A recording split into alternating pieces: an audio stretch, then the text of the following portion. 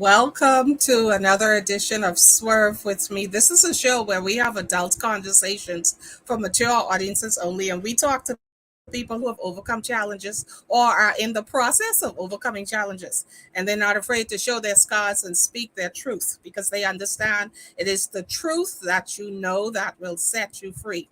And so I am happy tonight to have another opportunity to have an interesting conversation tonight. It's going to be a little different because I'm talking to my sister.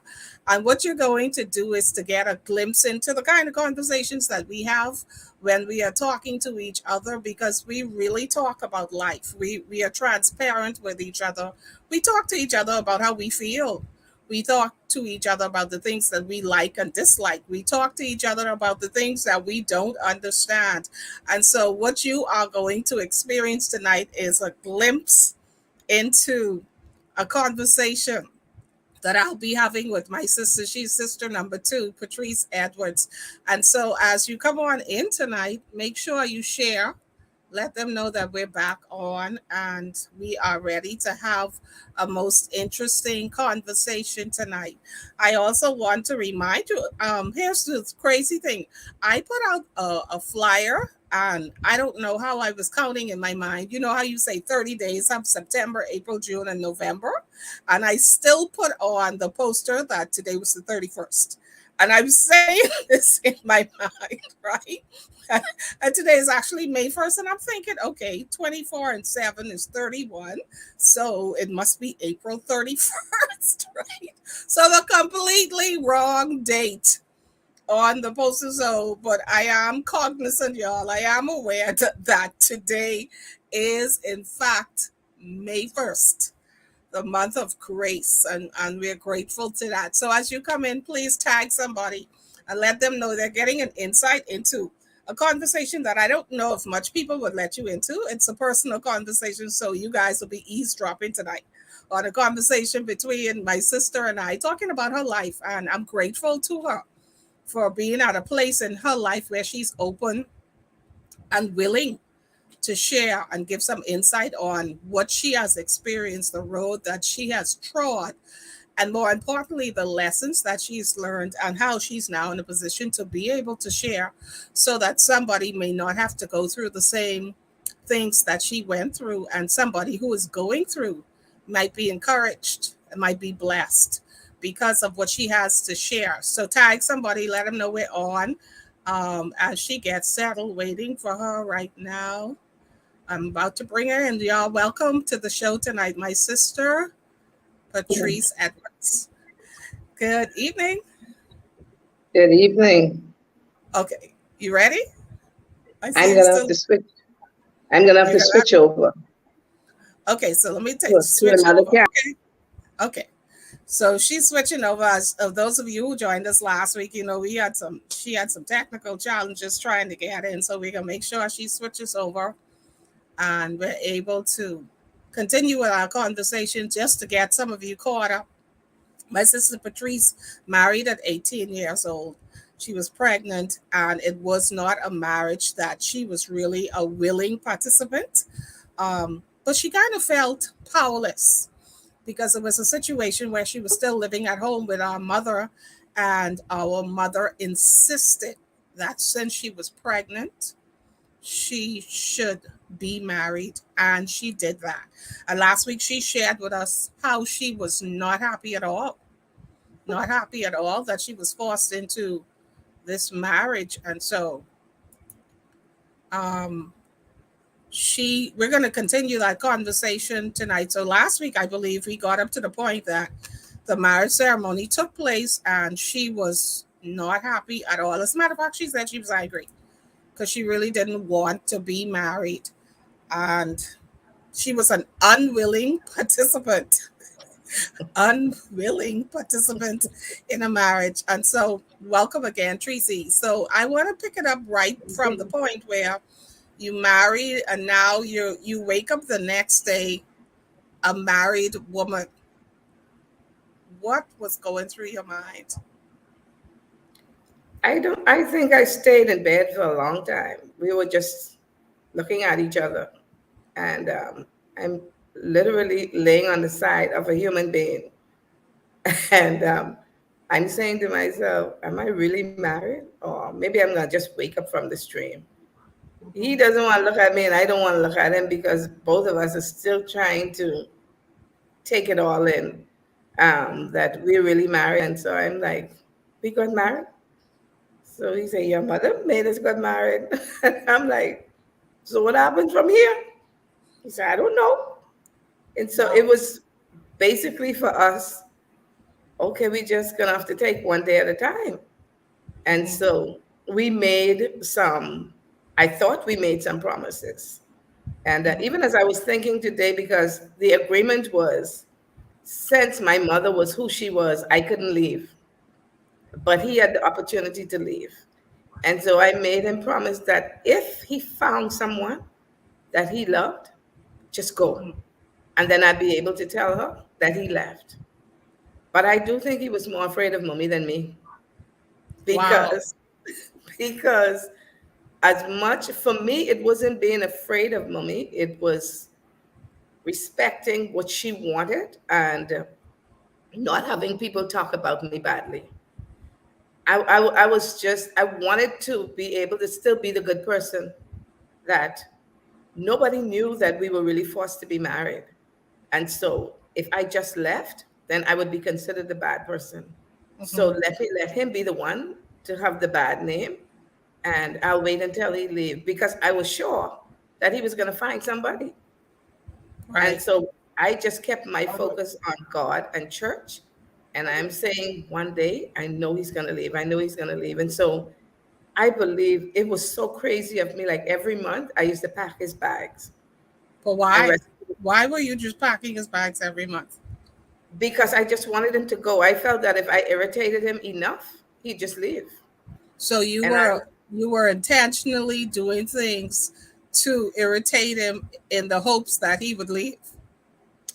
not really doing things, but Steve, we were quite different. I was a church girl. He loved to hang out and with his friends. So things like that. And I'd say, see, you don't want to be married. You want to hang out all night. So I have So your bags you packed. were looking for any reason to Anything. find a Any fault with him, kind of exactly. nitpick Anything at I could have anything. found. And that's crazy because I spent most of my marriage trying to find something. Instead of me taking responsibility for myself, I try to see what I can find to say, see what I tell you? Or see, he has to go. And that cost me a lot. That So that so you married because you were pregnant, and then you had this boy, handsome boy, your first son, only son. And did the birth of Stefano, your son, change the marriage or change the way you felt about the marriage in any way? No, it didn't, because Steve was not prepared to be a father. We were young. He didn't want to be a father. He didn't Okay. want to be a husband. He just wanted to be him. And I don't blame him. I wanted to be me too. But being a mother is different. A father gets the opportunity to leave and go and hang out. Where do I go? I have a child. And so for me, I just, my son just became my everything. It was everything about him. And then him being the first grand in my mother's home, everybody loved him. And so everything was centered around him. Everything was little Steve Fano, little Steve Fano. And then mommy came closer to us. She literally moved in an apartment close to where we were living just to be with him. And so I'm like, this is weird. Why did you marry me off if you wanted to be here? But then I realized that it was just about pride. And I don't think that she meant to hurt me. It's just that pride is a serious stronghold in the lives of many believers. And that's what she had on her. That I couldn't be embarrassed. I have to make people think it is what it's really not. And she wanted you to be well with that, and understood that this has to be done, and you should smile and just be happy. So after being married, after having your son, at any point did you have a conversation with her to say, "Okay, I did this, but I really don't want to be here." I don't. Did you ever go back to her with a conversation about I'm not happy, I'm not satisfied, I want to leave. um, Even up to the day of the marriage, mommy and I was having that conversation, she just shut me down. And so to her, it was like repetitive. Why you keep saying the same things? You're already married now. Make it work. So Hmm. to her, it was like once you got married, stop the talking. I then hear you, and it ain't gonna change. You're in the marriage now. You just make it work. You have to make it work. You can't go anywhere. And so to me, it sounded like this is the price you're going to pay for the rest of your life because you had sex before marriage and got pregnant. So don't say anything. If you say anything, I was always the problem maker. Always you. You just finding fault. You just don't want to do this. It was all, and that's why I had to take that position and tell Steve, you be the one to leave. If you leave, she can't fight you, she can't beat you. You're not a child. She won't hate you. But if it's me, then I'll be seen as different. And then Steve was a family friend. Everybody loves Steve. Hmm. So to them, I'm the one, I'm the one causing all the confusion. Steve is just a good So he person. so he didn't he obviously didn't leave. Um, No, so you had your son, and your world just kind of revolved around him. And then, how many years later did you have a daughter? Your first daughter, Vashti, Vashti. 5 years later, and because it was never my intent to have another child. Right. And So that so, I brought that up for a reason. So let's mhm, talk about that. You mhm. 5 years later, why the gap between the children? The gap was I was thinking that I was going to get out of this. And if I, once I get out, I'll only have him. Hmm. And so it was just thinking about it, it makes me realize how silly it was just spending so many days looking for strategies on how to get out of something that I don't want to call it wasted years because my children are involved, Right. but it took up a lot of time that I could have been doing a lot of things. And so it was always, I'm going to find something, I'm going to find something. And so after the first year that I realized I'm really married and have a whole child, Hmm. what's the plan here? What's going to happen? This is until death. So I decided secretly I was going to take birth control. And Hmm. so I went on the shot and I didn't tell anybody I was on the shot Right. because I So didn't want another child. so he had no clue. Did No. at any point he talked to you about, okay, I want another child, or how come you're not getting pregnant or anything? Did y'all ever have any kind of conversations like that? Well, Steve, he asked, but Steve already knew my position. Steve already knew I wasn't happy there. But for him, like I said, it seemed to me like he was having fun. He loved the idea of a marriage and a place to say, this is my marriage and this is my wife. There are some people just in their mind, I don't know what to call it, but just to say, I have a marriage or I have a wife. I don't know. Men must be like to say, I have wife. I don't know.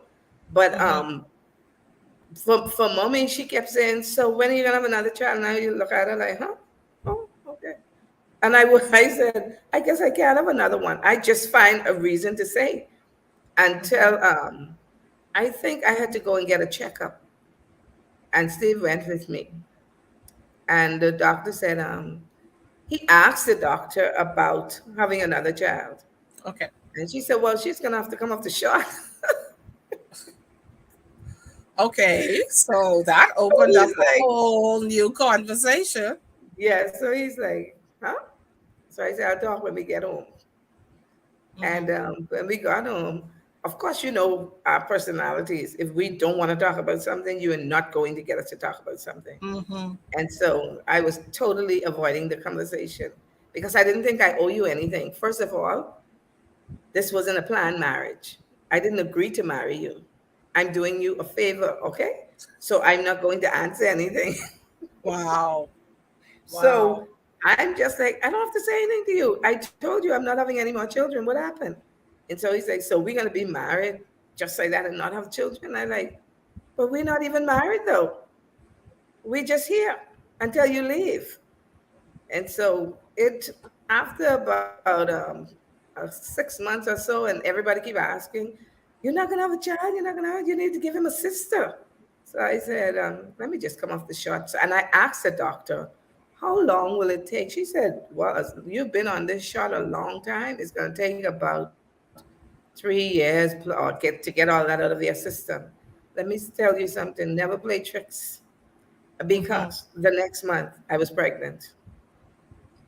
After Sure being off didn't. the, you had prior to that, you had been on the shot for 5 years, just Hmm. about 5 years, and Yes. then just 1 month off, 1 month. you I get should have pregnant. known better. I should have known better from a girl who got pregnant the first time she had sex, that that trick don't work. Wow. And so So, that made me so upset, because I'm thinking, come off the shot. You still have time. You have time. You can work this out. He can't be that good. I know he's doing something. You're gonna find out something, and in that space of time, she says 3 years, you're gonna be out of this. 1 month. so you were literally in this marriage day to day, kind of hoping that you would find a reason that he was cheating or doing something so you could say, Hmm. you see, okay, it's time Yes. for you to go, or something. Yes. That Hmm. must have been really torturous. I mean, your mind, your state of mind. How were you Of course. functioning? How were you functioning? That's something I thought about. I said mental health is serious. We don't often talk about mental health unless it's someone who's bipolar or having a serious stream of that.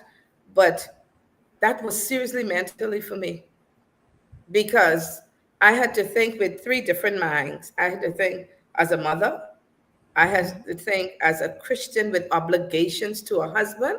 And then I was thinking to myself, how do I free myself? Because the mind that I thought with of how do I free myself was the mind that I spoke to my sisters and brothers with. You think I'm Mhm. ever going to get out of this? You think I'm ever going to find love? Do you think that was the mind? And then I had to put on another mind and said, okay, go home now and be a wife.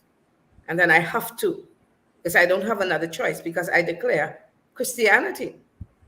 And Mhm. then I had to still be a mother. And so that was that was strenuous on me, until I got to a point where I just lost myself completely. That Tracy just didn't exist. I So just did church, did mother, did wife. When you say Tracy didn't exist, then who existed, or what were you thinking? I just needed to be a wife and a mother and just get through this. What do you mean? Just get through it. Every day, just on my knees, get through it. Just God help me to get through it each day.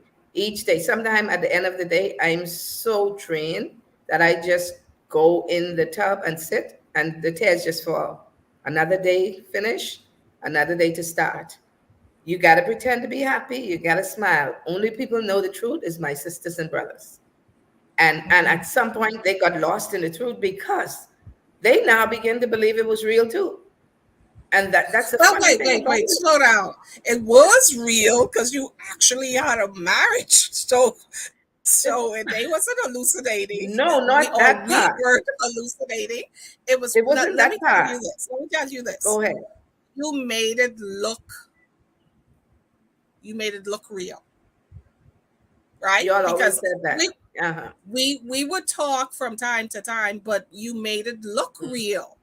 And so don't say we Hmm. got lost in it. You I made it let look me tell you why I say real. that, Rhonda. Let me tell you why I say that. Because as much as I made it look real, my belief was that my sisters knew what was happening, but she has to make it work.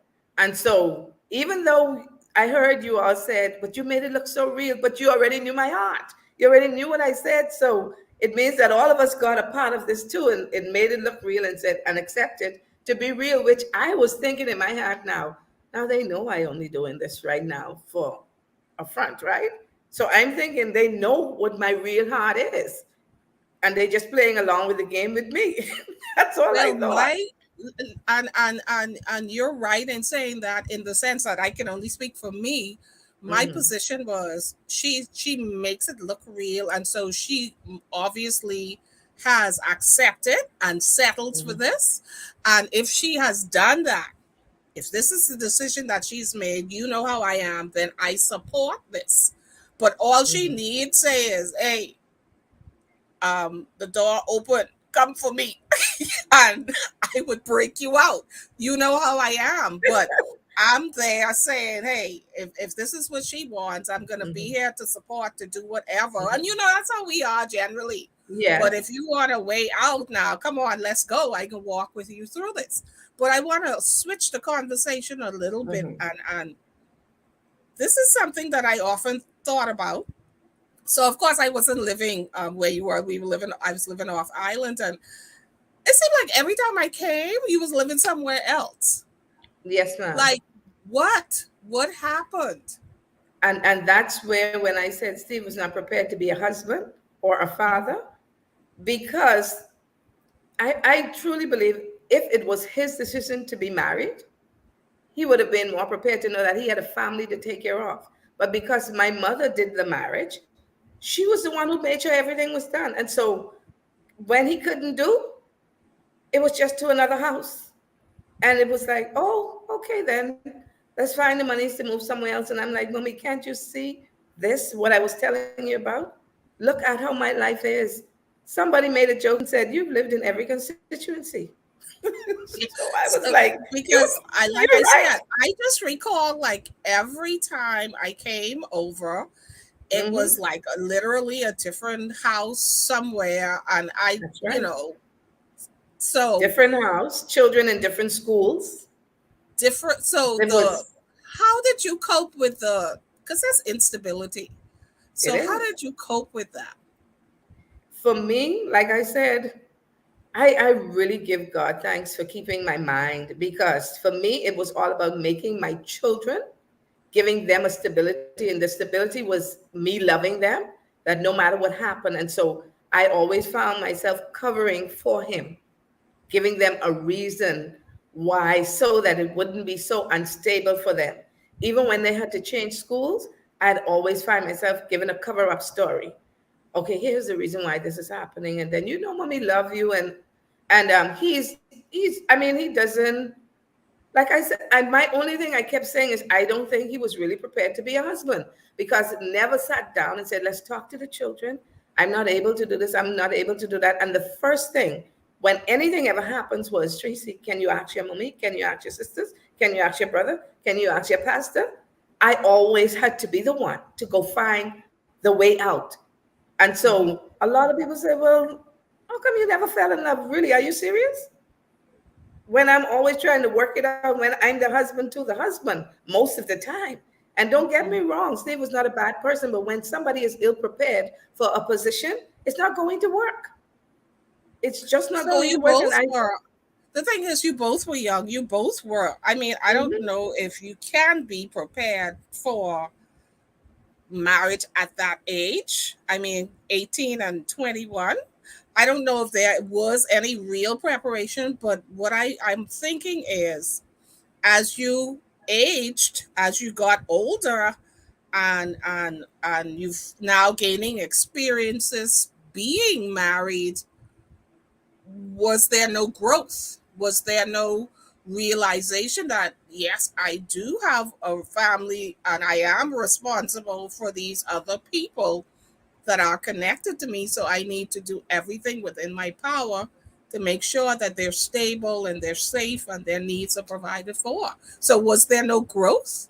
So, okay, because you know intimately our family, why do I have to grow when I have people around me who can do what needs to be done? Why do I have to take the lid off of me to be responsible for anything? She has a sister who she can call. They come and visit her to see how she's doing. And whatever she tells them she needs, they're there. She So it's has our family. fault. We She were has there. family. We No, were there it's too not. much. Not that it was your fault. No, I'm I don't just think it's saying. your. So we really Yeah, were there, kind of he enabling that yes, attitude. yes. He saw that Okay. I had a family that I could have depended on, and so, and also that loved him, that saw no faults in him. And No, don't so say. Don't say you I don't didn't see know no if fault in it. okay, No, I don't don't say know that. how much they saw because they never said it, but Exactly.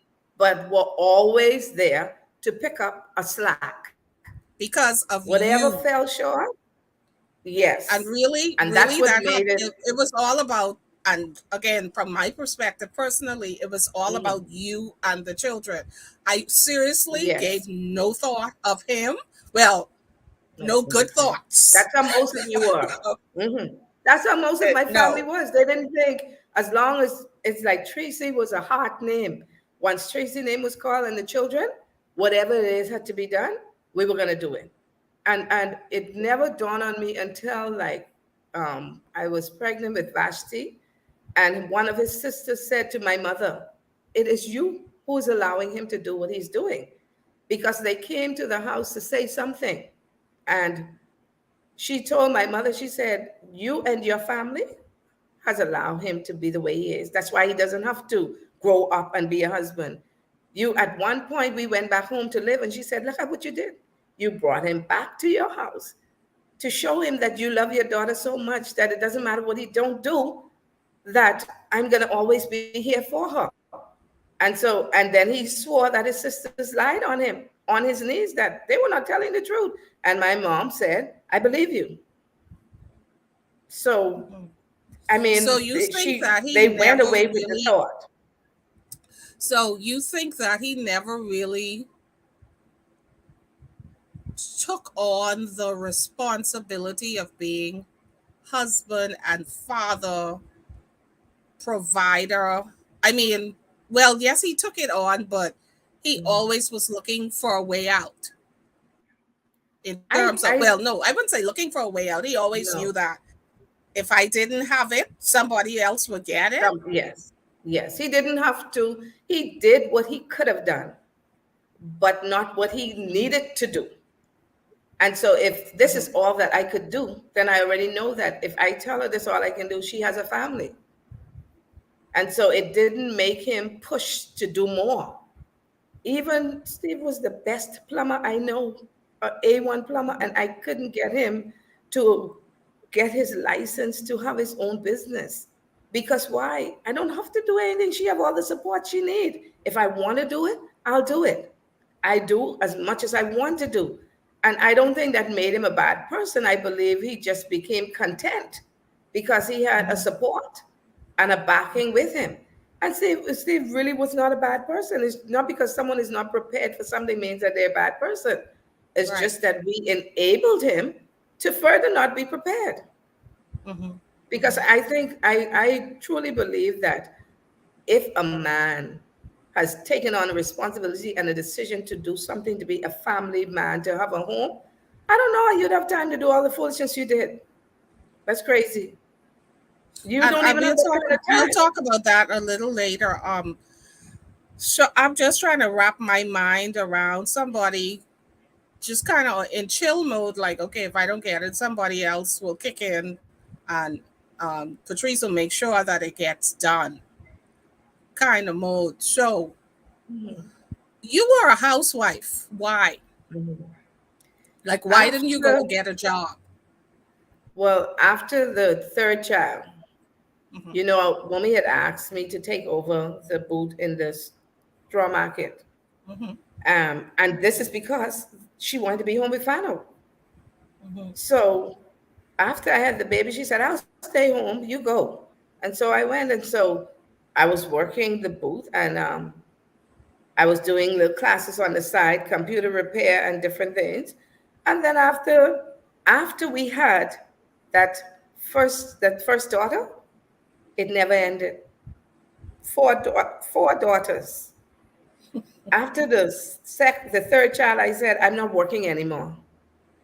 I'm not going to work because I'm not going to be a mother, bare feet pregnant, having children, and coming home dragged down and looking dragged down. I said, you're going to take care of these children, because that third child was a child that he cried for, almost wanting.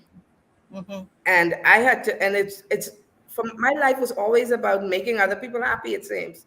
And I'm like, okay then, since I can't go anywhere, I'm in this till death, I might as well make myself adjustable, grow my family, and do what God requires me to do. Because, of course, church teaches you a whole different thing concerning marriage. You in there till death, child. You ain't going nowhere. You might as well be happy. You might as well do what you have to do. This is the older people telling you that's marriage. Many people have been in arranged marriage. I'm like, yeah, arranged marriage, but this ain't arranged. This kind of like force. But I stayed around a lot of older people because, in all honesty, it helped me to cope. If I had stayed around younger persons, I would not have been in that marriage, or I would have done all kind of things. But the older people, even though their leading was as much as they knew, they kept me in a position of being faithful to God and knowing that, okay, this is all you have. They didn't give me options. This is what you have. This is marriage. God honors this. You have to do what you have to do. You cannot do this. You cannot do that. And so my life was just a bunch of rules. I got to do this. I Right. got to do that. Okay. Checking rules every day and night, making sure you're getting it right. If you're That's just how joining my us, life. I'm talking to my sister, Patrice Edwards, and she's talking about her marriage, being a young teenager, and a mother, uh, being married, and just feeling kind of helpless in the marriage. So, good night to all of you who are just joining us. So, you felt stuck in this marriage for so long, and I mentioned one time us having the conversation, and you said it so many times that you wondered if you would ever really experience real love. You How often did you think about that in the marriage? And I gotta say this because her husband, which who became her ex-husband, he's now deceased. But at any point did you ever feel loved by him? Not you expressing love to him, but at any point did you feel loved by him? I, I think you know me a lot better than a lot of the sisters because we talk really on an intimate level. That I'm a very analytical person. I don't just assume things about you. I believe that action comes with what you say. And so I've never really Right. seen those actions. And people would say, "Oh, he loves you." And I'm like, "But I'm living here. I don't know if you know what love means, but I sure do." And so for me, it was like, well, how do you expect them to love you when somebody forced him to marry you? And even though you saw that, and I wasn't all emotional about it either, because for me, I was trying to cope too. And so I'm Mhm, just thinking, I became so technical that I was buying books, reading, watching movies and videos and conferences and how to make love work. It was crazy mhm, because I mhm, realized that you don't make love work. You have to really mhm. love somebody. And I'm not talking Right. about no agape love because agape love is really what kept me in there. But I'm talking Right. about intimate romantic love. You don't make that work. That don't just come like that. And it doesn't matter how somebody treats you. If your heart is not open to love that person, it ain't going to happen. It's not going to happen. So if you already shut yourself off, I first believed that I was being punished. And then I was Mhm, already angry because he told me that I wasn't going to get pregnant because he knew what to do. So I had to get past all of that in such a short space of time to begin to look at things. And then he was not prepared. So he wasn't doing things to make me look and say, "Oh, yeah, he's like this, maybe that." So every time I look at him, I have to say it must be the enemy. Give me a reason to say, see, that's just why I'm gonna love him. So I always had something to say why I couldn't. No matter how much I tried and prepared and say, "Okay, we're gonna do this, we're gonna do that." Either he'd come home late or the smell of alcohol. And I'm mhm. like, no, ain't gonna happen. So all my preparation goes out of the door. Because you really, sis, you really can't fix things. What it just ain't supposed to happen. And you, it's like you kicking your foot against the stone. You're gonna bleed. It made me see that, Tracy, you can't fix your life like that. You don't fix people. You cannot Right. fix people. And until people believe that, then they will stay burdened and they probably lose their minds. Because I was on the verge of losing my mind. Waking up on Sunday morning and picking out his clothes and resting it on the bed to match your clothes. As a matter of fact, shopping on Saturday to make sure the tie match, and he look at the clothes and walk out the house. Like, because you think you could fix him and make him what you want him to be, and that's not going to happen. And If that's that's another thing. Let's stick a pin in that, because you spent your life in the church being involved on different levels. And I always wonder, with married women who are involved in ministry. Oh, hey, Nayako. Good night, Nayoko. Nayoko says I love her because she's real. So I always wondered and wonder about women who are involved in ministry, um, um, not having a husband equally as passionate about ministry. How does that feel? That must be a tremendous void, that it you're is. out, you're doing these things, and yeah. Mhm. So let's talk about that. How does It that it feel? is. It is, Miranda, and I can tell you, in this country, and I don't know if it's with human in total, we're great pretenders. Okay, we want to make people believe that, oh, it's okay, he's not saved, but no, baby. If you're gonna be real, it doesn't work. Being unequally yoked is not just being unsafe. Mhm. You got to be on the same level and same page. And if you're growing so far ahead and leaving him behind, you're going to become frustrated. It's not going to work. And when you become frustrated, on no levels will you be happy.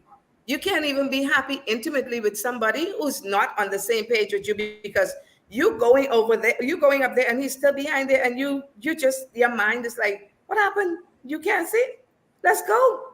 But you know what I had to do, because I said I was always looking for strategies? I knew he was always a church person like me. And he always had a heart of giving and compassion.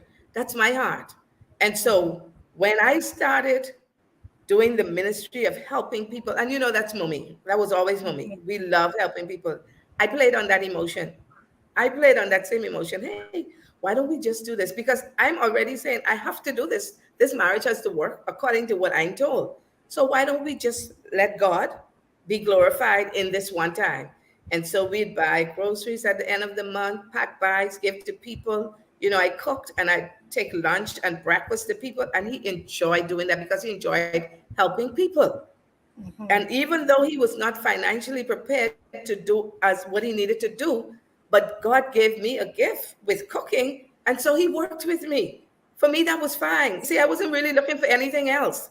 I already knew we were not going to be in love, because even if he wanted to love me, I was not prepared to go down that road emotionally. Roller coaster ain't going to happen. So let's do this from a commitment and dedication point of view. Let's serve the Lord as best as we can. And then somebody said, stop trying to force him to go to church. Just go to church and keep being nice.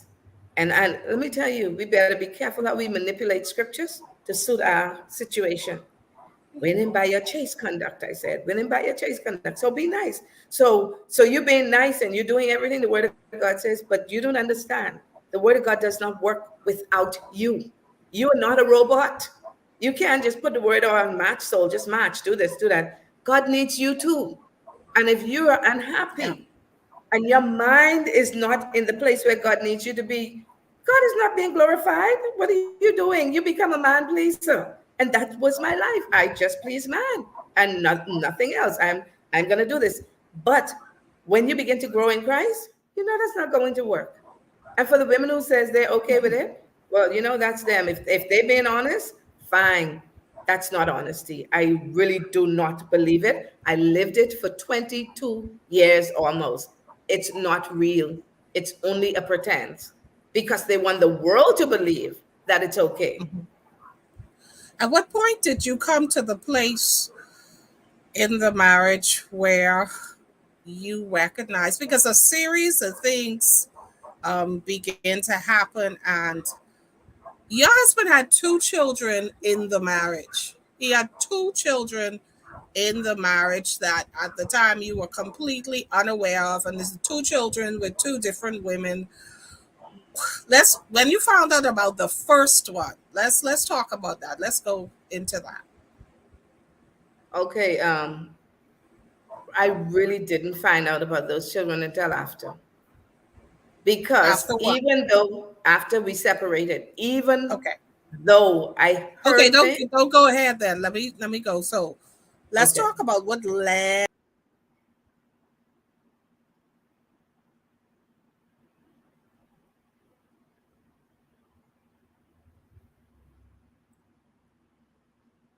Okay.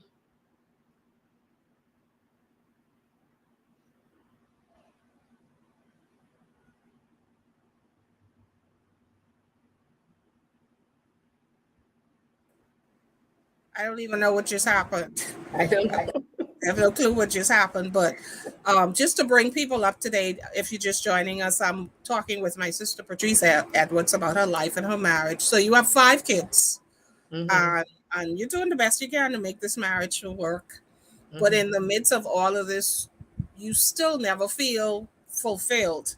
You still never Mm-hmm. feel complete in terms of being satisfied that this is somebody that I love, but I'm doing my duty as a woman, as a wife, as a Christian woman to try my best to make this work. Um, and then you started, did you hear about the affairs and ignore them? I never heard about affairs. I never. I heard something when Steve's sisters came to the house to share with my mother some information that they had. He denied it all, and mommy believed him. But my heart told me sisters will not do that to a brother. Even though I had no proof, I just felt in my heart that this was true. And I thought that this was going to be the thing that mommy would say, okay, then, Tracy, you better get out of this. But she believed him. So So let me ask you this. How early was that in the marriage that that particular incident occurred? I was pregnant with Vashti, almost time to have baby. So that would That have been the how many first, years in? like almost 6 years. 6 years in. Okay. Hmm. So this is the first time That's the first you're time. hearing about some Hmm. possible Yes. And he said, infidelity. yes. And so, And his sisters are the one. yes, His sisters are the one. Okay. they came to the house. And then shortly after Vashti was born, you know me being the person I am, I'm telling you, I'm looking for anything. I found out where the person lived and I went there and she wouldn't come out to talk to me. And I Mhm. said, I come in peace. I want to give you a husband. Just tell me, just so I can be free. Say, I I just want to wanted to be give you a free. husband. Yes, I just wanted to be free. That's all. And her sister said, she doesn't want to come on. I'm like, why not? You know, I mean, you want him, it's I'm like, still at, I want to give you a husband. yeah, Anyway, I'm like, okay. and I went there with one of my girlfriends and I was like, she's crazy. Isn't she telling people that he's going to divorce me and marry her? And I want to give her a husband today. Come. Uh-huh. And she refused to come out of the house. And so I left there feeling depleted. That another time, no, no facts. Y'all gotta excuse me. I am still stuck on. I want to give this man away, and she wouldn't I just accept wanted, it. I just wanted to give her what she wanted. Do you understand? I'm saying if you love her so much, Oh my just gosh! just take him, take her, So go. you never You'll be spoke to free. this lady. You never spoke with her. She refused to speak with me. And Okay. but even though they had a car out front with both of their names on it, he tells a story that he only licensed it for her because that was her first time. And yes, my mother believed everything about it again. So, Okay. So you were able to go push past that. well, Were there any incidences where something else came up and someone approached you or anything? nobody ever approached me about Steve. I don't know how. The when I heard something again, it was when Leah was born. Okay. And And Leah's a baby. yes, and that was shortly before mommy died. Okay. Mommy and Polly came to the house to share some things that Polly had found out and took mommy to see this child. And of course, he denied it all. Said they lying on him. I didn't tell him it was mommy. I just said I heard this and I have this information. He's like, you don't see people just want to destroy our marriage. And I'm like, what marriage to? Are you serious? What marriage? People are looking up to us. We're a young couple. I said, no, we're a young couple that you fantasize about, that you want the world to think that you have something perfect, and it's not. Just be honest. And he says, no. Mommy literally took sick that day in my house. Me Wow. and Sheena was there because she couldn't believe that all these years she believed everything. And now Polly takes her to see it all for herself. She broke down and asked me to forgive her. I said, Mommy, I forgive you a long time. And she says, Mhm. just get up. Just get up. I don't know how you're going to do it, but please get out and don't have any more children. And so I never told him my mother said that, but the way that he talked about the person who must have told me that even grieved my heart, that I knew who it was and I knew that they were gonna not going to lie to me. Mhm. And I just told myself, I have to find a way to get out of this. I don't know how. So Because by the a lot of time people, Leah was born, how many years had you been married at that point? um, I'm thinking, I have to calculate in my mind because Lee is what, 22 now? Hmm. Um, it must have been, I don't know, that must have been about 12 years. Okay. Must have been So about at 12 years. 12 years, mom finally 12, says, all right, 13. Tracy, enough, you could get out. Mm-hmm. But you still stayed how many more years? 10 years Another later. another Almost 10 10 years, years. right? Yes, almost Okay. 10 years. So you Uh-huh. find out about now it's a baby Mm-hmm. Which involved, he denied again now. which he Still no proof of denied no again. baby. Yes, and I So can't see at this anything. point now, you're feeling this release, but you're still trying to figure out, how do I get out? How do I move? What's going on in your head? My release never came until mommy was buried. When mommy was buried, I felt like I was then free from that bondage. And so Hmm. now everything was, how was I going to get out of this? Right. You have 5 children, you have 4 children. And when I got pregnant with the last child, I was very devastated because I didn't expect to have another child. I Hmm. actually was, Leah's godparents, who turned out to be a godparents, were the ones who took me to the doctor by force. I told her, I'm not pregnant. I cannot be pregnant. My mother said, no more. I'm not having any more. And so that was crazy. When I went to the doctor, I was 6 months, almost 6 months pregnant. It's still nursing Steve. Oh, That's how I was right. in denial because I Hmm. couldn't believe that that happened to me again. And so I knew that I'm going to have to get out of this. I'm going to have to get out of this. I don't know how to, but I'm going to need to get out of this. And so it was like, what do I do? What do I do? Still pretending, still smiling, still the good, happy wife. By day, happy, by night, in sorrow. You don't know who you are. You, at Hmm. this point now, you've been together so long, you don't even know how to hurt his feeling anymore. And so Right. now you're not only just thinking for you, for the children and people, you're now thinking, how do I hurt him? How do I tell him this now? Because all along I'm telling him how I feel and he doesn't feel the same way. And so what made me, I think me and you had a conversation before, and I'm like, but Miranda, I'm telling him we're not, there's no connection. And he's asking me what I'm talking about. And I'm like, I don't know, till I had to go to my brothers. And I'm like, can you talk to him? See what's in his head, because I don't understand how he doesn't feel a disconnect. But Hmm. he said, what you talking about? I never understood that. And even after we separated, he's still in his mind, like I did something to him. Like he couldn't understand why I left. He couldn't So understand why what was the straw that broke the camel's back? What that led to the separation? I started talking to God. And that was before, because something happened in our 19th year of marriage. Okay. So let's talk That about. was the most real evidence I ever had. Hmm. There was somebody calling the phone on that Saturday morning, and we were cleaning, and he was in and out, and he left his phone behind. And so after the phone kept ringing, now bear in mind, I was never a person to check phones. I don't check upon nobody. I didn't even care that much. Just come home, just do what you gotta do. I know you can't do all you could do, but do what you could do. Let's work it. Let's make it work. Let's look happy. Let's let the children think we're happy. So it didn't dawn on me of anything until I said to Shannon, I said, Shannon, check the phone because maybe a customer is calling. And he left the Because phone. y'all had a catering business at the time. And he did his plumbing. He did the And plumbing. plumbing. And Okay. so, yes. And then him being working with the union, a lot of times I get to minister and talk to some of the people who were going through issues. And so I'm saying, okay, pick up the phone. But when we got the phone, it cut off. So I said, let me call back and let them know that he left the phone and he'll soon be back. But when I called, the person said, I didn't call. So then I'm like, huh? The phone just rang 5 times. So I said, let me look through this phone.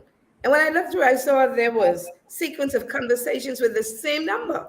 So if you didn't call the phone, this number is in this phone over and over and over. So then I decided to call the number back and I said, hi, I said, you were trying to reach the plumber? No, ma'am.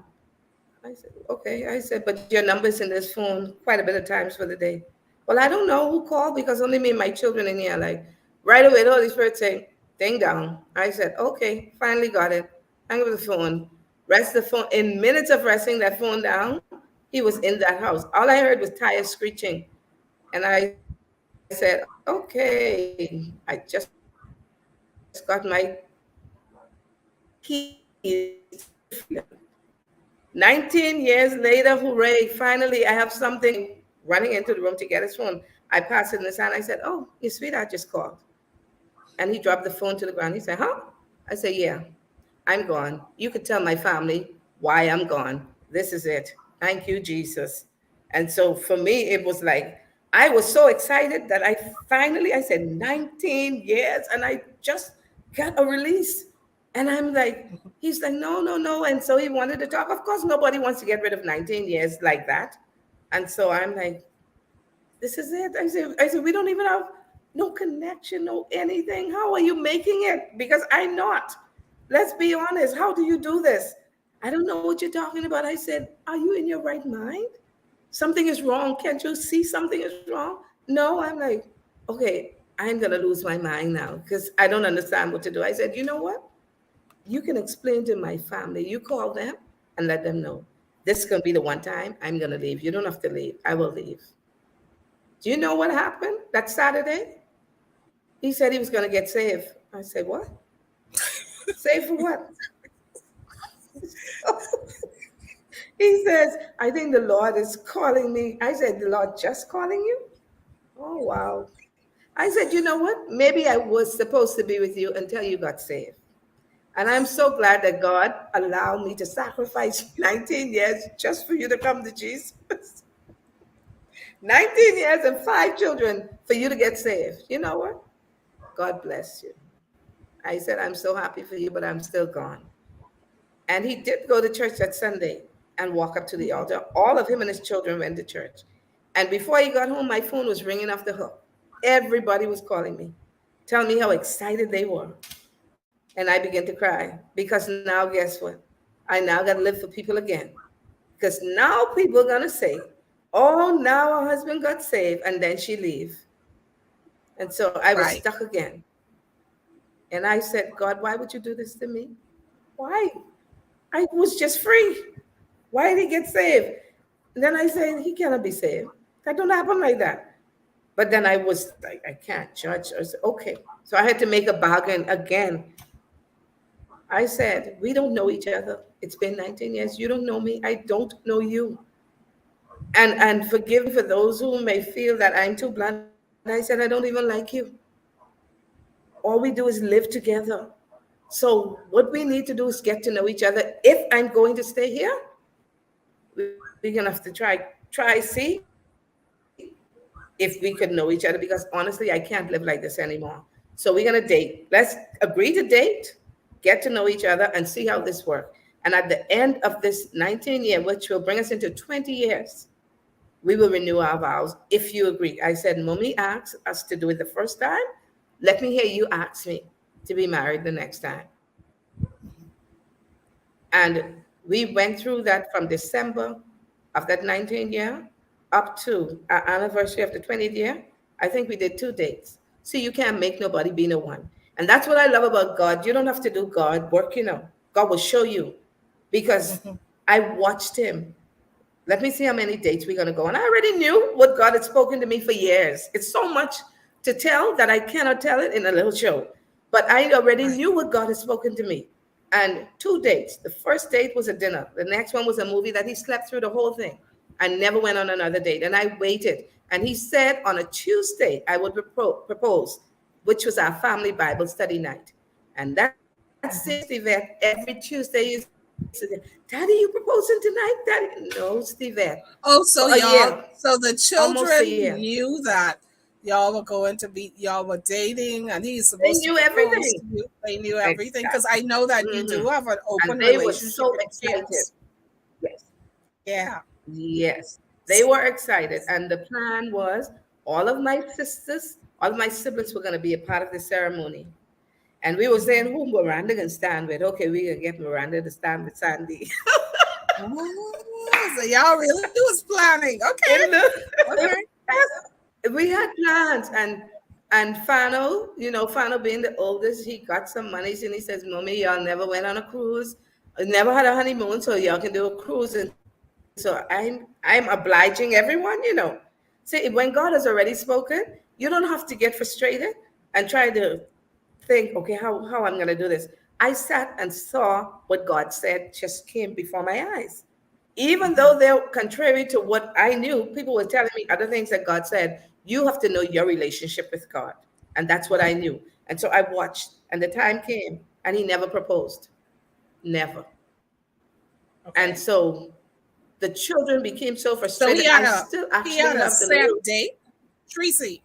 So he had a set date, or was the proposal supposed to be a surprise, or did he say, the okay, the on Tuesday the 21st or something, I'm going to no, propose? How any did one it of work? those Tuesdays. It was supposed to be any one of those Tuesdays before the 20th anniversary, in enough time And for the us to 20th have the anniversary ceremony. was when? What was the October of date the of the following 20th year. anniversary? October 4th October. Okay. of the following year, Okay. yes. And so that was from Hmm. December of the 19th year into the next year. Right. After I saw So every August, Tuesday you waiting for a proposal. well, Every Tuesday you waiting for every a Tuesday the proposal. children were waiting The for a children. proposal. I knew he wasn't going to. See, when God already told you Hmm. something, you already know. But see, we have to be careful when we walk around saying God say, God say. People begin to think, oh yeah, you just saying God say, you just say. Sometimes you just have to let things be and let God be God. Hmm. And so Hmm. when I saw July, August, and he said nothing, I called church and I canceled. I called all those who were setting everything in order. I said, we're gonna change the date. I'll let you know when. And I just started canceling things because I said, okay, because you still need time if you're going to do something. And so I just canceled everything and I waited and never a proposal came. Right. And so now, even though I knew what God said now, not because you're saved means that you don't have feelings, I'm still thinking within myself, is he serious? 5 children, 19 years, and he can't say, will I marry you? But he never left. And every time I tell him to leave, he stays. What is he staying for? Because if you Hmm. can't say, will you marry me? What's the purpose? And so when the 20th anniversary came, we were living in yet another place again. Um, my children asked him what happened. He didn't answer. You know what they did? I laughed. When I think back, I laughed. They got my choir robe. They put it on and they wanted to do their own ceremony. And I obliged them. They did their ceremony and they made the ring out of the paper. And I just stood there and I look at him and I say, you've written your last chapter. This ain't going to happen again. And it's like, I don't think he really ever took anything serious because he stood right there with them, laughing with them like it was some kind of fun. Like, dude, you know what you just did? You just took my self esteem from 100 to zero in a short space of time. Me, who was always an overconfident person, know who I was now. Not that I wanted to be loved like that, but I'm thinking now, Miss Tracy, now, you excuse me, you don't want to marry me? With me and all my Right. qualities, I'm thinking all kinds of things. Like, you know what you could be getting? Right. I'm Right. like, you crazy? You can't find nothing better than me. So that plummet everything down to the end. And I'm like, when you get to a place where the enemy starts talking to you, you get in trouble. And I just shut Mhm. everything and everyone out. And I'm like, no, sir, this ain't gonna happen. God, you have to show me what went wrong. Why? How am I in this position? And I just started asking God questions. And that's when God started speaking back to me. Not that he wasn't speaking before, but now that I was in a position where I felt less than anything, then my ears were really open to Right. hear what is God really saying to me? Because I have some fault in all of this. I carried on with this game too, making this to be the best, making it look good to the point where people used to say, "Oh, your husband sure takes good care of you. Oh, your husband sure gives you the best. Oh, your husband." And I can't tell you the truth because only my sisters them know who had to buy the bunk bed, who had to buy the washer, who had to send the money, who had to pay the school fee, who had to bring the children clothes. Only my sisters know that, and they ain't gonna talk my business, and I ain't gonna talk it because this will be the first time I've ever said anything publicly. And so I have to continue the pretend game now. And so now, if I have to continue this pretend game now, and I have to come out of this, that means people can know the truth. And that kept me in Right. bondage for those same 10 years. Because how do I now Mhm. tell people the truth that this is how I was living all this while? Of course, they're not going to believe me. Some will say all kinds of things about me. And so too many things were going on one time in my mind. What do I do? Mhm. How do I do it? What am I going to say? How am I going to say it? I just, and when you get to that point, you know what? You don't do anything Right. because that's where I was. You don't do anything, you just Because you freeze. don't know what And to do. you don't know what to do. You don't know what to do. And so you just pause and say, okay. You just start going through the motions, just daily getting up and moving, going, doing. I became so holy, sis, that you only had to say, hey, and I was in tongues, okay? Because I felt that was the only thing I felt. Paul says, I spoke in tongues more than all of you. Listen to me. I think I must hear 7 different languages, how much I had to speak in tongues, okay? Because all I did was, you only had to say the one word and I was off in tongues. That was your coping mechanism. That was your coping It was. mechanism. It was. And So then the the Holy Spirit. separation, Tracy, how did you finally bring yourself to say, because I remember getting the call, Mhm, um, and at the time I knew that, and you know me, I'm not intrusive. I mhm, sit back and I wait for people to come to me, but you know when you come to me, you're gonna be under mhm, a heavy interrogation because mhm, I want to understand. So I mhm, remember, oh, Joba says all I can say is wow. I remember getting the call, and it wasn't from you that the mhm, separation had mhm, taken place, right? So sitting back and mhm, saying, okay, I'm gonna wait for Tracy. I'm gonna wait, and mhm, I remember we started chatting, and that's when I think it was the Hotmail Messenger thing was like a big thing. We chatted a lot, mhm, and I heard so many conflicting stories mhm, about different things that had happened. But the mhm, one thing that I know about you and the relationship that we have, because each we have different relationships with the different sisters. mhm.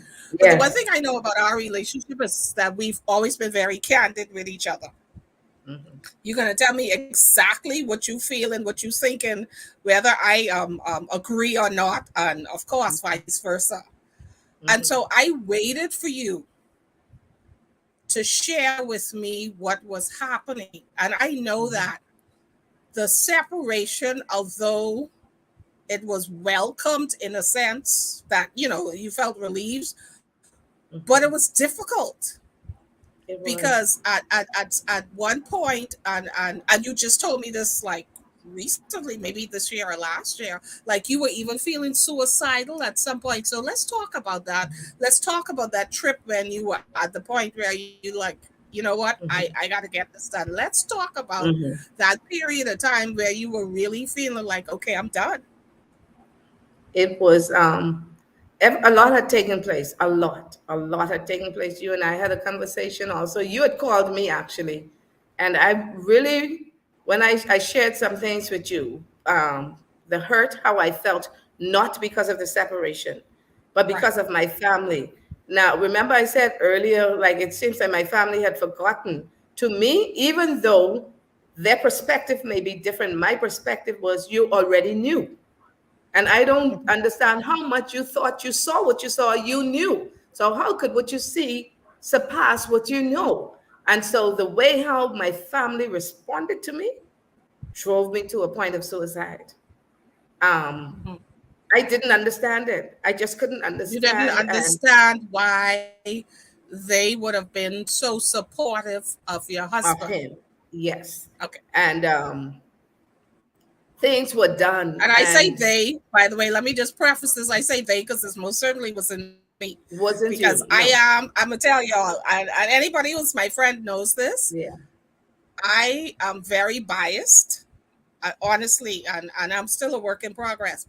But when it comes to my family or my loved one, a close friend, my close friends know this.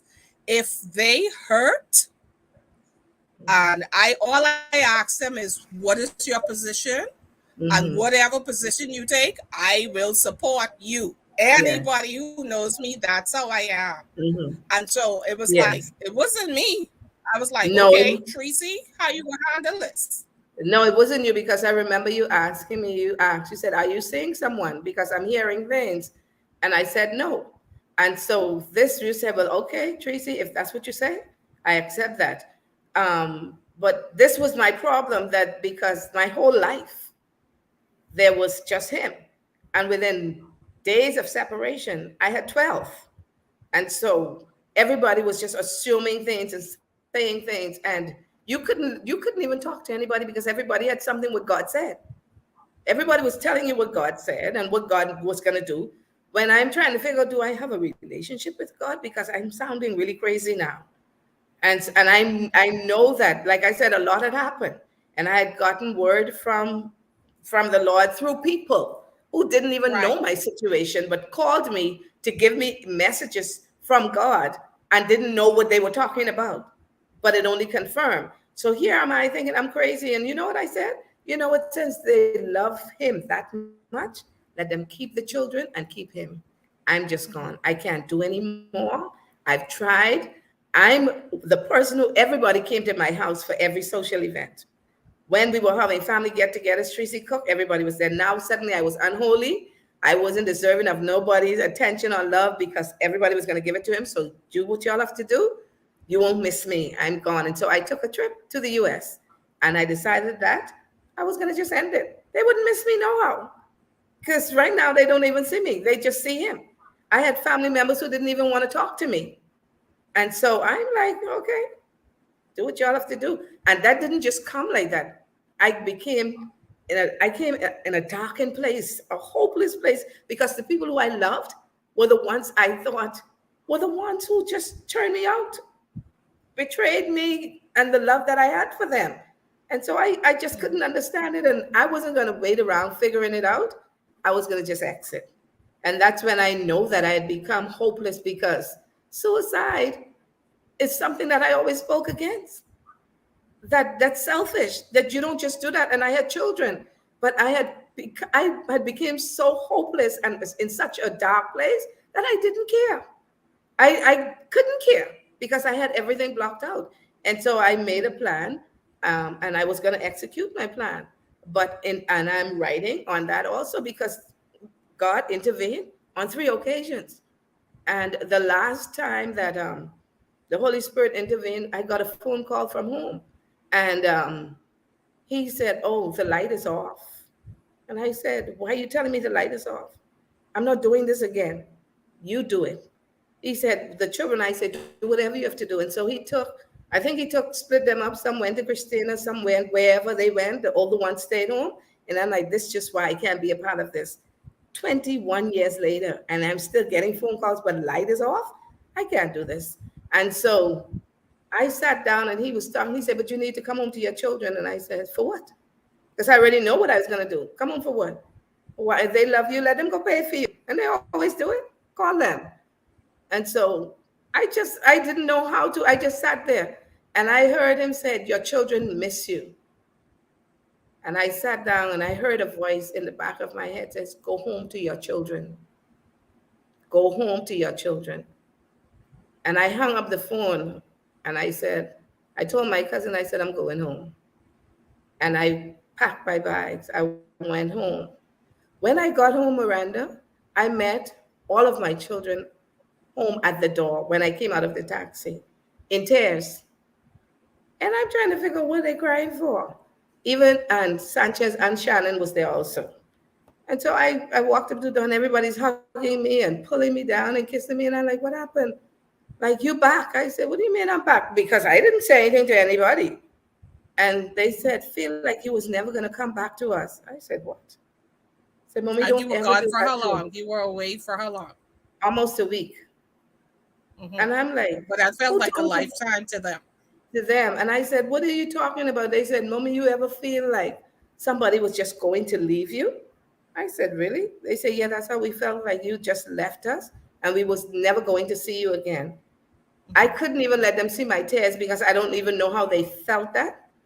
I just hugged them and I gave them what I had brought from the States with me. I went into the room and I cried. And I said, "God, I will never put my children in that position again because I don't know how they felt that I Hmm. was not coming back."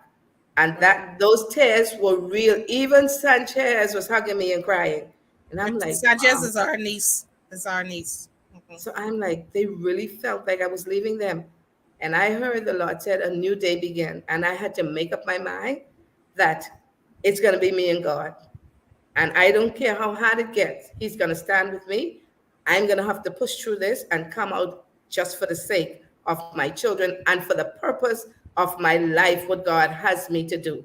And I do believe that God didn't just bring me back just to stand and say, "See, I told you so." But knowing that I had a destiny and a purpose to fulfill, that was the reason He brought me back. Hmm. So you got back and you were able to overcome that particular period.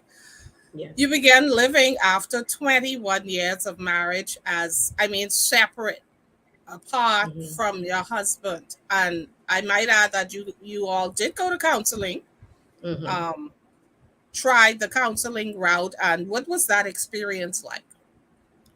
I I allowed him to take me to counseling. Like I said, my pastor, I was at Bethel at the time. He took me to pastor first. And when that was over, he said pastor was biased. Hmm. See, when God says something, like I said, you just let God be God. If I had come against it, people would have said, "Oh, she's not even trying."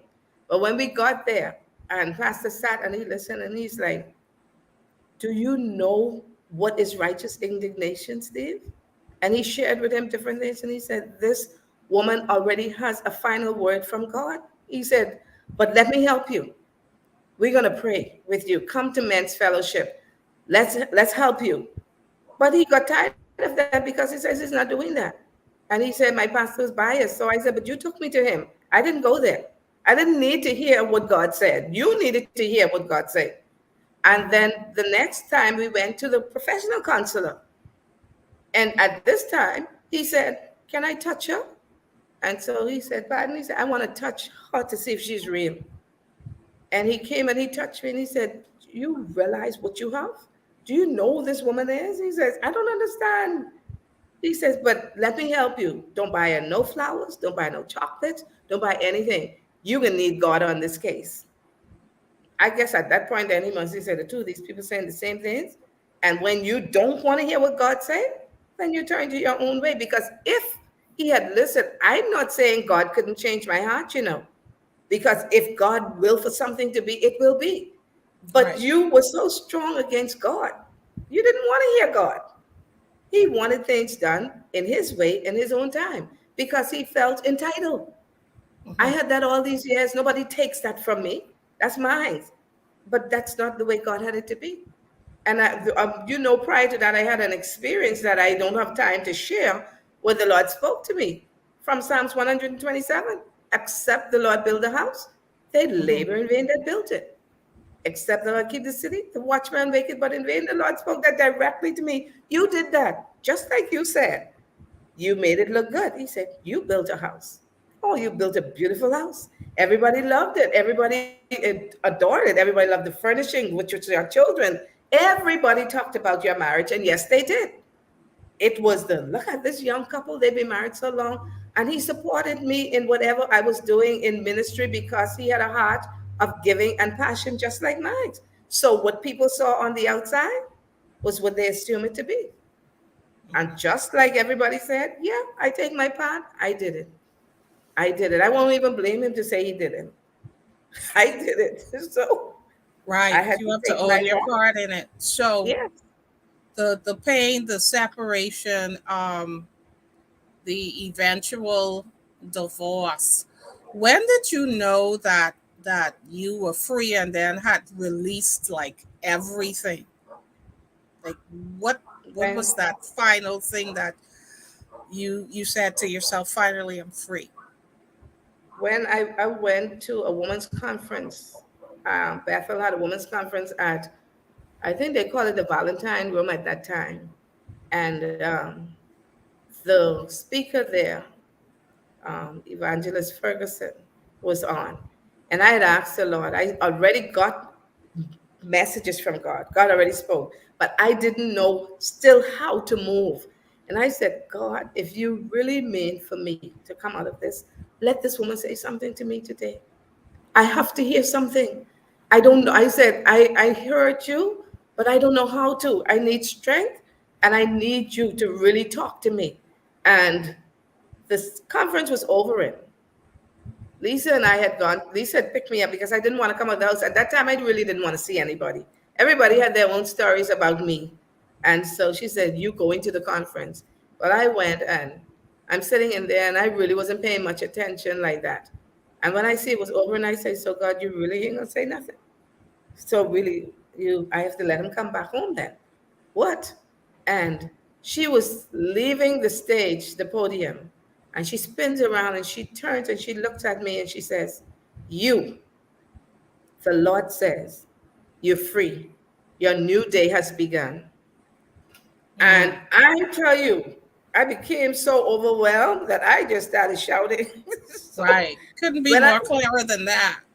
yeah, I'm like, what is, and then Christina was standing over me. She says, Tracy, you free, you're free, you're free. Everybody was just around me. And I'm like, I'm really free. I can't believe God spoke so direct like that.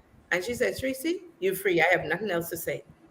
And that's when I knew within myself, this is done. This is finished. It's over. And from that day, everything just played out to the end. It wasn't easy. It wasn't Hmm. easy at all. It was difficult, but I knew that God was with me because He was speaking all along the way. And I had to make it through it because even though God gives you a word, that doesn't mean He's coming to take your foot step by step to walk you. You're going to have by faith walk through it. And do you know how me and my children got through that? Every 5 o'clock, there was this program on the radio called the Domino something song hour, praise something, and it used to play Take the Shackles Off My Feet So I Can Dance. The Domino total something hour. And we used to just dance in that house the whole week, coming home from when I was picking them up from school, done with my shopping for my work the other day for the catering. And if that came on in the car, people thought we were crazy. We just start dancing and singing. And we got home out the car and run in the house, and everybody just dancing for, until that was over. And let me tell you something, my children knew every step of the way that God was taking me through. Even when they were children and still couldn't understand some things and were angry and acted out, they still knew that it was God that was taking us through. And I never tried one day to bring anybody down, to belittle him, anything. I just allowed God to be God and let everybody see for themselves. And I just stayed who I was because I knew that I couldn't fight it. What can you tell somebody? After 22 years, they say, oh, you're just making up stories. And that's what they did. So guess what? I made up in my mind to who matters, it don't matter. And to who Right. don't matter, it still don't matter. So I have nothing to say to you unless you call me and talk to me on a level where we can understand each other, like you did, sis. And you asked me, you said, Tracy, I'm just asking you. And I shared with you and anybody else, I have nothing to call you for. I have nothing to say to you. I lived the life. You obviously thought it was different, so I can't explain anything to you. But if you're welcome if you want to call and speak to me and talk to me in a sensible way, then we do it. Other than that, I didn't explain anything. My children and I, we just lived day by day, and each day got strengthened. Sometimes it got weak. Sometimes I was stronger because, and it had nothing to do with him. Right. It was all how people, the same people that I lived to please, were the people that almost took me to the grave. And so it tells me that you have to live for yourself. Like you said, you have to be responsible for your own vision. You have to own your own truth. Nobody can do that for you. And those words always ring in my head because you were always such a person who said, Tracy, I'm different, you know. I don't live like other people live. I already know who I am. And every time I hear your voice in my head, I'm like, you know what? Sometimes people may think you're selfish, but you have to do what you need to do and be who you are supposed to be. Otherwise, you'll be nothing. Wow. And when Thank you you for have saying lived that, for people, sis. Thank you for saying that. So yeah, true. when you, Own your own truth. yeah, It's you the have only way to. to live. There's so much Hmm. more to say, but we're running out of time. I want to just say to the audience that eventually they were divorced and her husband, ex-husband, married his sweetheart. Let's just put it and say it the way it was. He ended up Yes, marrying the sweetheart that she was told about in the marriage that he denied, and that the sweetheart who would have a child for him in the marriage, he married her, which really wasn't a surprise to any of no, us. You know, my theory, and it's just my theory, is that that was the woman that he loved. He yes, I he said loved so. her all along. Hmm. He did the duty of being married to you, but that's the woman, and so he stayed with her throughout the That's whole right. marriage. That's right. That's what happened. Now, what baffles me is why didn't he leave? Because Yes. he was with the woman for the Hmm. entire marriage, and I'm sure That's right. that baffled you too, especially for Very you, the much. person who was trying to give him away. Exactly. I don't Exactly. understand that, But but I can tell you something, Miranda, what Fano said. Fano said, Mommy, she was the woman Daddy loved, but you was the woman that Daddy needed. That's why he didn't leave. You made him hmm, look good, but she loved him. And I okay, like, wow, coming from a okay, child. Okay. yeah, that's an interesting take. Wow, Hmm. she was the woman he loved, but you were the woman he needed. Okay, and you know Hmm. what? That doesn't sound as strange to me because I think I know of marriages, not I think, I know of marriages where men have said, I married her because she makes me look good. And not just physically, because of the things that the woman is able to Yes. do to enhance his career or whatever the case Yeah. is. So you know what? That's really not unusual. That's Hmm. interesting that Fano would have said that to you. He Hmm. married, you were the woman that he needed. Okay, wow, Hmm. interesting. So he married and then subsequently died, being her husband. And yeah, so we're not going to go into that because that's their story. That ain't yours. That's right. Um, yeah, that's not your story. So, whew, 923. Wow. So, how you, because we didn't even talk about ministry yet. I kind of being pushed, but I don't know. She may come back next week. And if she does, don't be surprised, y'all. She may come back because the ministerial aspect of your life is very interesting as well. That's a Hmm. whole other story. But how are you feeling now? Like you've lived through this experience, um, divorced, I guess, widowed in a sense. Um, your take about being married again. Are you still waiting for that forever love? For me, I feel like everything that I've gone through was not for me, was not about me. It's for me to help somebody. And the reason I say that is because you know the difference. When you go through something and you can come out still strong and still in your right frame of mind. And even while you're going through, you can still know who God is and do what you must do, that you know it's God sustaining you and it's for a reason. That I need you to go through and come out of this because you're going to have to pull somebody out. And for the most part, I've already done that to many people in marriages, Mhm. showing them life and what God expects of them, putting them in a position where you talk to God. That I am telling people that, and a lot of people have issues with me when I say divorce is not a sin. God does not like divorce Right. because he knows what comes with divorce, but it's not a sin because the word of God tells us that if we leave, then remain to yourself. So he still has rules in place, okay? So, but when you start telling people, oh, you can't leave, it's a sin if you leave, then you are now making your own rules. You bring in legalism in. And so people need to know that no, you don't have to be in that bondage. Sometimes people make mistakes. There is no sin that cannot be forgiven. Yes, you made a mistake, but are you going to keep walking in that mistake? Lose your purpose, lose the calling of God on your life because of what people thinks about you? So what? I preached somewhere, you know what the young lady said to me? I've never heard a divorce preacher. And she said, I can't, but she said, the anointing that is on you, I don't understand that. She said, but you're divorced. And I said, so somebody told you if I'm divorced, that there would not be an anointing on me? Wow. And it is Okay. strange what we teach in church. It's Mm. very strange. And so I had to share some things with her because she believed that if she had left her husband, the church would not accept her, that she can be a part of the church. So she just have to stay in a marriage. And so what you went through is to help somebody. For me, I always said, I asked God for something at a particular age. I'm going to wait to see how he does it. Okay. But for Mhm. me, I would like the opportunity to plan my own marriage, Mhm. not what somebody planned for me. But Right. I also say to myself, and I've shared with many people before, maybe I overstayed my time for 21 years and 9 months that I don't know if I would get it back because I didn't know how to. Because I'm reminded of the children of Israel when God said to enter the promised land and they didn't.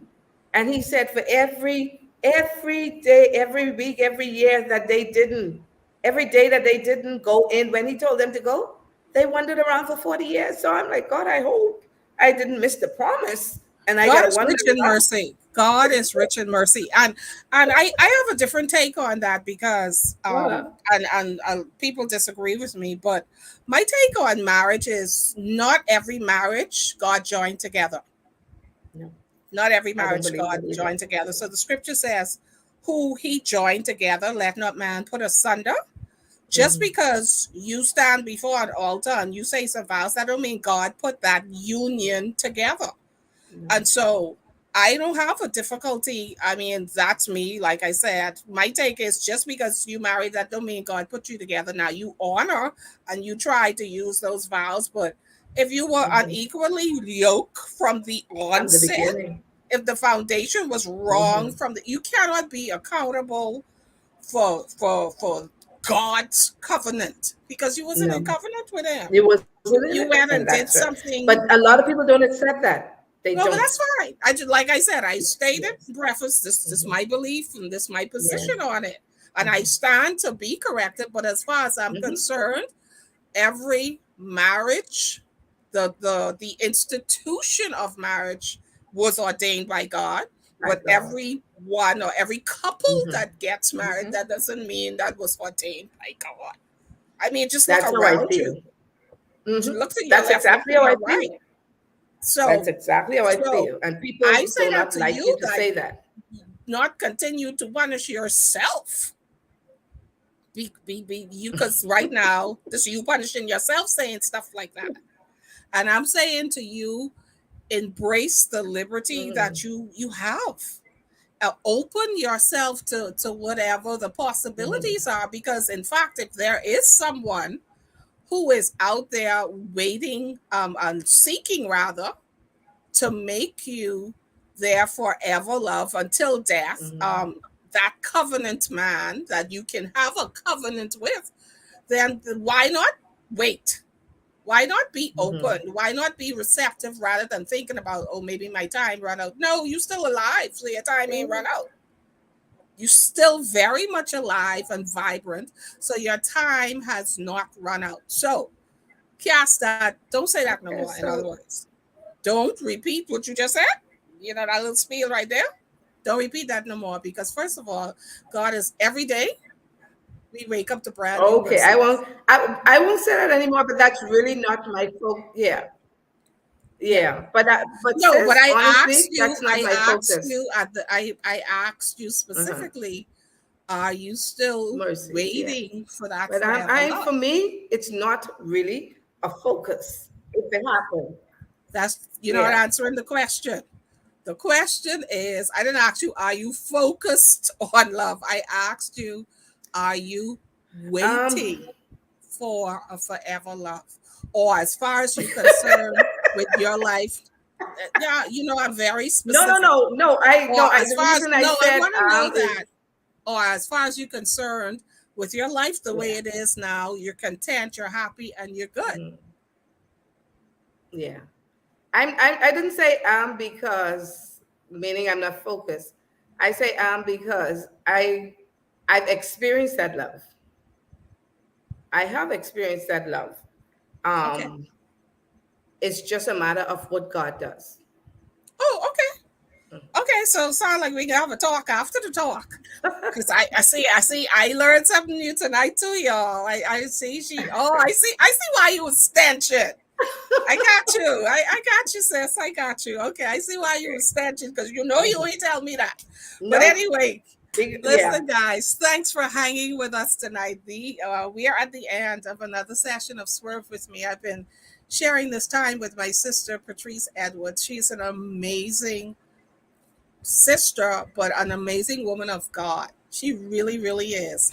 And she's a preacher, y'all. Believe you me, my sister is a preacher. I attended a service where she preached and was just amazed that uses her.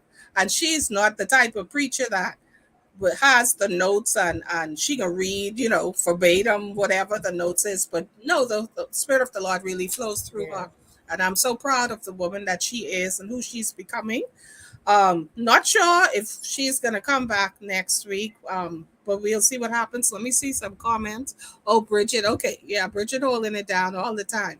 Bridget says an encouraging and inspiring testimony. I'm sure that folks who will view this in the days to come will be blessed and receive wisdom to go forward. I Thank you, agree. Bridget. I agree. Tracy, I appreciate Thank you. your transparency. I appreciate your openness because, again, as I told you guys, I gave you a glimpse into the kind of conversations that we have. And that's why it flows so easily, because we push and probe and challenge each other and are very, very open, because firstly our desire is to please God now. Yes. She that whole people pleaser thing has been broken off her. So the desire is to please God, to do all you can for humanity Mhm. that's within your sphere of influence, and to really die empty, die feeling fulfilled.